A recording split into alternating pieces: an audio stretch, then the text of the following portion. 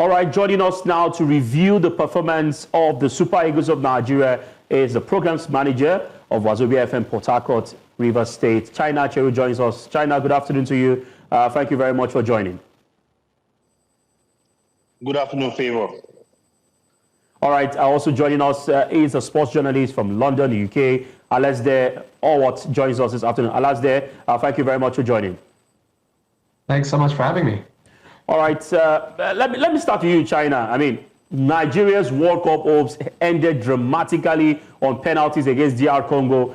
First, let me ask you, how would you assess the team's overall performance across the 120 minutes you saw, of course, on Sunday? Yeah, we only played for 45 minutes. The moment the second half started, and a lot of people will say, as soon as the Osimhen left, the team stopped playing. But from the second half to the 2 halves of extra time, the Nigerian team did not exist. I mean, the defense just managed to hold on. All they did was just manage to hold on, and they held on for 120 minutes. But the team only played for the first 45 minutes. I mean, maybe the coach should have told us what went wrong if he was not talking about voodoo and things that don't matter. But I would say it was a poor performance from Nigeria. And on the strength of what we did yesterday, we did not deserve to go to the World Cup based on what we saw yesterday. All right, let me bring in Alasdair right now. Alasdair, I know you watched this team in Morocco when they played up against Gabon. They say a tree do not make a forest. But when it comes to the Super Eagles, we can doubt that 100 times, because it seems Victor Osimhen is the carrier of that team. He was substituted in the halftime. And Nigeria's attack, they seem to lose potency. You just heard from China. Alasdair, was this a tactical error or simply a reflection of DR Congo's resilience on the field of play? Yeah, I mean, I think you summed it up there. If there's any country, any team in the world that seems to be so reliant on one player, it's Nigeria and Victor Osimhen. And it's a shame because there's so much more talent on that pitch. But that's been the story of this World Cup qualifiers. And I think if anything, it's a bit poetic that in the game that you stumble and get knocked out, it's, you know, as Gina said, the first half is great when he's there. The second half, he leaves, and suddenly the game falls apart. And it's the same with the World Cup qualifiers, right? You know, the reason you're in this position isn't because, you know, you've choked on the biggest stage, etc. The reason is because you didn't win those early games in qualifiers. And those first 4 games that you didn't win, what was the one thing that was in common with those 4 games? Victor Osimhen doesn't play. He then comes in for the last 6. You go unbeaten. He scores 6 goals. He then scores 2 against Gabon. So for me, you know, yes, there is so much to address off the pitch. There's so much to address tactically, and you very much, you can point to Éric Chelle and say, look, we need to do better when we don't have Osimhen. But for me, it's remarkable just how much this team is reliant on Osimhen. All right, China Acheru, let's look at, I mean, you've talked about the fact that we played for only 45 minutes. Now, when we want to look at, you know, how we got here, Alasdair just spoke about, you know, how we started the tournament. We started the qualifiers dropping points in 2023. That was under Coach Jose Peseiro. We moved on to Finidi George. We lost against Benin Republic and drew at home in Uyo. And then fast forward to Éric Chelle. Osimhen was back with him, got 6 goals, and then we got into the playoffs. Some have said the NFF, some have said the Super Eagles, some have also said Éric Chelle. But if you want to situate how we got here, you know, not qualifying for the next World Cup, where would you channel these blames? I mean, yesterday we saw some tactical errors from the coach. Players who were supposed to have been brought in earlier or not even brought in at all, came into the field. Yes, we are not coaches. It's in Éric Chelle's time we saw this as come in and then go out. We saw same thing with Tolo, come in and then go leave. But where would you apportion these blames, or where do you think we would have done better, you know, to have prevented this kind of situation? Aside from the NFF, you don't have 4 coaches. There are only 4 coaches. Even if Austin Eguavoen did not coach the World Cup qualifiers, but between the World Cup qualifiers, Eguavoen came in and coached the AFCON qualifiers. So the players, the same set of players, went through Peseiro, Finidi George, Eguavoen, and then Éric Chelle in 2 years. And that's not good enough. So after the Nigeria Football Federation, there was no stability in the team. The last time I had a similar thing was during the qualifiers of France 98. We also had about 4 coaches. Shaibu Amodu, Philippe Chouzé, Monday Sinclair, and then Bora Milicinovic. Now, when you put the players, the NFF aside, you talk about the players. Finidi George was quite unlucky because if you check the history of Nigerian football in the past 20 years, we never do well in summer games. Games in June, we never do well because the players are not that disciplined. Rather than come home from Europe after the league ends, they go holidaying and come into camp from the holiday camp. And if you remember, Finidi kept on complaining that he wanted the camp open early, and they don't give him that. So the players lack fitness. We saw that against South Africa and against Benin Republic. So I blame the players because they didn't act like they wanted to go to the World Cup. Then finally, you talk about the coaches. Now, anybody can name a lineup. Anybody can name 11 players that can play a game. But it takes a top coach, a good coach, to manage the lineup, to put them in shape, to give them that mentality and all. So the coaches did not do enough. From Pesero to Finidi, even up to Éric Chelle, they do enough. Remember the game in the U against Zimbabwe? We had 1 goal up, scored by Victor Osimhen. Osimhen was taken out. And at the time, we thought the defenders had lost their leg, they were all fatigued. Rather than bringing in another defender or defensive midfielder, the coach brought in another striker. So, you see, you look at all of these, and you see it's a wholesome thing. Are we ready for this World Cup? We didn't act like we are ready. From the federation to the coaches to the players, even to the media, that made everyone believe we have a superstar team. We all have to shout part of the blame. But eventually, we are not going to our second consecutive World Cup. Listen, it's not that bad. The Italians have lost out of 2 World Cups, and it means that 3rd one. So we are not that bad. Let's take it like in our stride, and hopefully we can be there in 2030. But it's a terrible situation Nigeria has found themselves in. Well, Alasdair, I mean, the goal Nigeria considered against DR Congo. I mean, I would like us to go through that goal again, if we can have it on the screen. We had Calvin Bassey push the ball forward, sends the ball to Alex Iwobi. Alex Iwobi did not, hold the ball for long. He lost the ball, yes, and that ensured that, an attack went in. But a lot of persons have blamed, Wilfred Ndidi, who did not track back enough to get to that ball, because the eventual goal scorer came from behind Iwobi, behind Ndidi, to eventually score. So a moment of defensive issue right there. If you look at this goal, how would you analyze this, and who would you think should have done better in that goal? Alasdair? This kind of Nigeria pressing high up, with the ball, but then there's not many options for Iwobi. And Iwobi, to be fair, he's been a brilliant servant for Nigeria, and he's, a top-class player. But this happened 2 or 3 times in this game where you have a ball coming into midfield, and DR Congo were very good at that, right? They didn't high press you guys. They didn't high press. They didn't go into your half. But as soon as you came into that midfield, they pressed with that mid block, and they were very, very good at that. So I think there was an issue there where Iwobi gave up the ball 1, 2, 3 many times, and that was an issue for me. And then obviously you then get caught and you're turning and you're running back, and that's, as a defender, you never want to be in that position. Yes, Wilfred Ndidi can do better than that. But for me, the issue of that goal actually stems from the structure of Nigeria's build-up play and the way in which you got caught quite a few times on the break. And that was really, particularly in the first half, that was DR Congo's only way out. You played some really, really good football, but there was 1 or 2 times like that with Iwobi, and one or two times with himself and a few others where you held onto the ball in midfield too long, and you let that DR Congo mid-block really press you back, and they turned you onto the counter-attack. Let me speak to China right now. China, we saw that substitution by the Sabre. He knew that this game was going to get to penalty shootout, and he was able to make a substitution, bring in his best or his best goalkeeper who can take a penalty, who can always, save a penalty. We saw that substitution being made over there. But Éric Chelle took out a forward and brought in Chidozie Awaziem. Now, we do not know if Chidozie Awaziem was a good penalty taker, but everyone expected that he would have brought in the captain, even if he wanted to bring in a defender at that time for that substitution, because he could take a penalty. Now, after the whole encounter, Éric Chelle has raised allegations about voodoo rituals being done during that shootout. How should we interpret the coach claims? Cultural, psychological, or maybe a distracted tactics from the coach himself?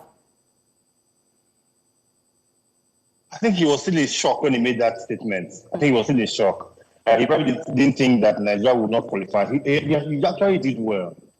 From playing 4 games and winning none, he came and took Nigeria through a 10-game unbeaten streak, which was not bad. And we are just this close to getting to the World Cup intercontinental playoff for lots of penalties. So I guess he was in a shock when he made that statement. I'm going to wave aside the voodoo claims. Because if the voodoo claims were real, then our goalkeeper should not have saved any kicks. And we also shouldn't have scored any kicks. So I'm going to wave that voodoo claim aside. Talking about the substitution, well, I would have thought that towards the end of extra time, he would have brought in the captain, William Troost-Ekong, who has scored a few penalties at the AFCON last year.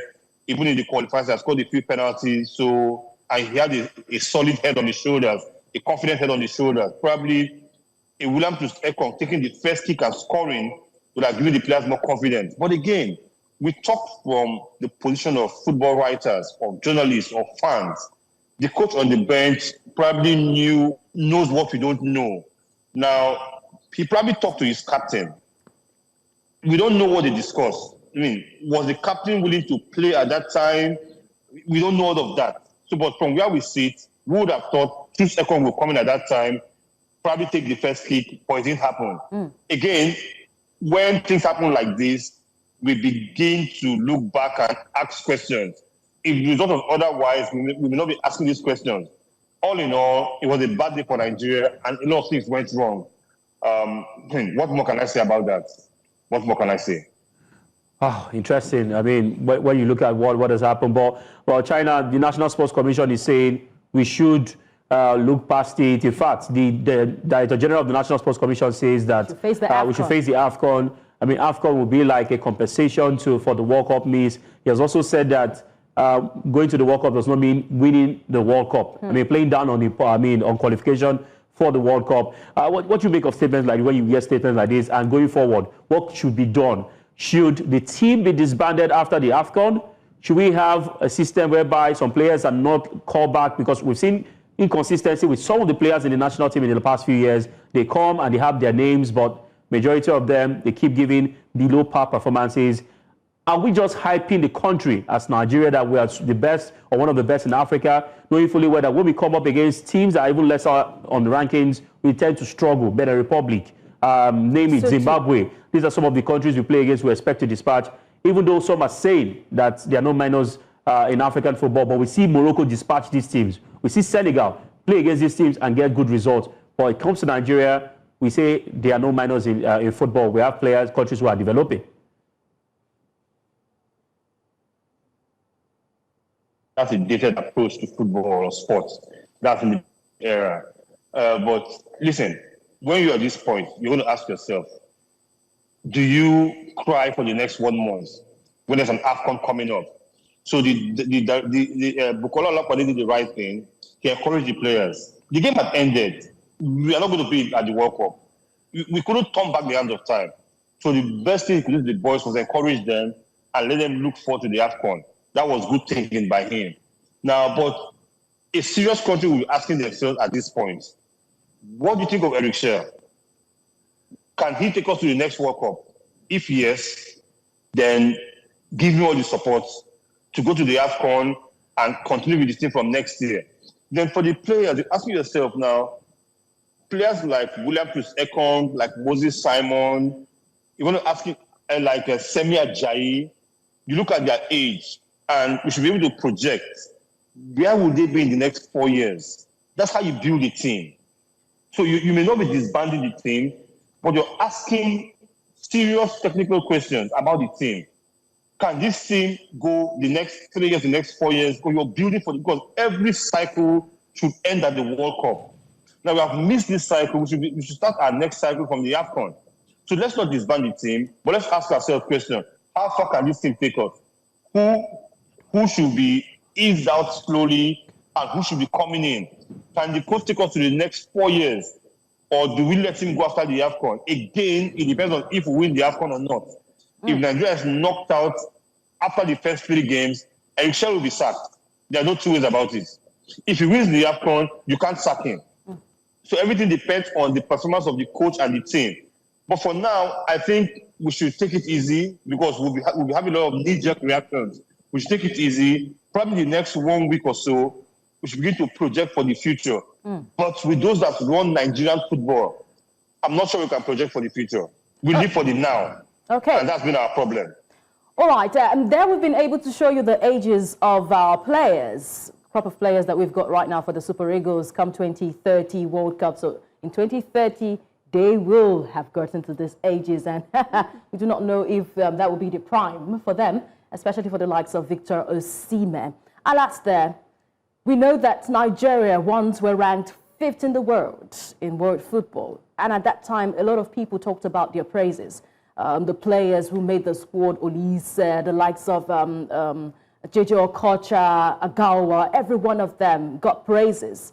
How does the world view Nigeria, Super Eagles especially at the moment? And how do we move on from Osimhen? We would like to hear your thoughts. That's a tough one. I mean, I think there's a sense in the world that Nigeria is a country that's massively underperforming, right? And there's the sense that you have this incredible kind of crop of talent at the moment. And in the past, I think, we mentioned these amazing players like JJ who've lit up the stars. And yes, this Nigeria team at the moment maybe isn't as good, but you've got players individually who are good enough to be in those teams, like Osimhen. Obviously, Osimhen is a generational talent. So you kind of have to appreciate how good he is. But I think the perception is that this is a country that for far too long has let these issues off the pitch, on the pitch, whatever, undermine it as a country. And I think, that will always be a question in terms of the way that, are you developing your own players well? Are you bringing in dual nationals well? And that's always a very important conversation to have. But I think there are very valid questions about the structures off the pitch. I mean, you mentioned that for teams like Morocco, for teams like Egypt, like Senegal, these small games, they are small games. They don't make mountains out of these molehills. They're able to progress through these qualifiers with so much ease. And I think that's something that comes about through a really good structure. And it's the same with bringing in talent. I mean, I was at this last weekend, I was at the Senegal game against Brazil in London. And you saw in the Brazil, for Senegal, Ibrahim Mbaye got his debut. He was handed his debut. 17-year-old playing at PSG. He's already had, I think, 30 or 40 matches he's played for PSG. He's eligible to play for Morocco. He's eligible to play for France. He has the option to play France. He's played for their youth teams. And yet at 17, he's choosing to play for Senegal. He's already being incorporated into this squad for that future. The same with Amara Diouf, who's developed locally. Lamine Camara, who's developed locally. So there's a huge question about what are the structures in place in Nigeria, because I think China's right. This World Cup cycle is gone. Now we have to be looking for the future. We have to be looking at the ahead to the next World Cup. The only problem is that for a lot of countries that works, but the problem is there's three AFCONs between now and the next World Cup, right? You have the AFCON this coming up in next month, then you've 27, 29. So there's an element while, yes, you need to be building up towards that World Cup, you also have to be competing for these next AFCONs, which is possible. Those aren't mutually exclusive things. But I think there's, the NFF in particular has to have a real strong look at itself and say, where are the structures? How are we putting into place the best possible facilities, etc., that these players can perform? All right. Good summation right there from Alasdair. Alasdair, I must say a big thank you to you for your time on the show today. We look forward to having you join us again. And also to China Acheru, thank you so much. We're looking forward to the AFCON, and hopefully Nigeria can improve. I mean, we just hope that, we get something to cheer where we get to Morocco. Thank you very much for joining us. Pleasure is mine. Thank you so much.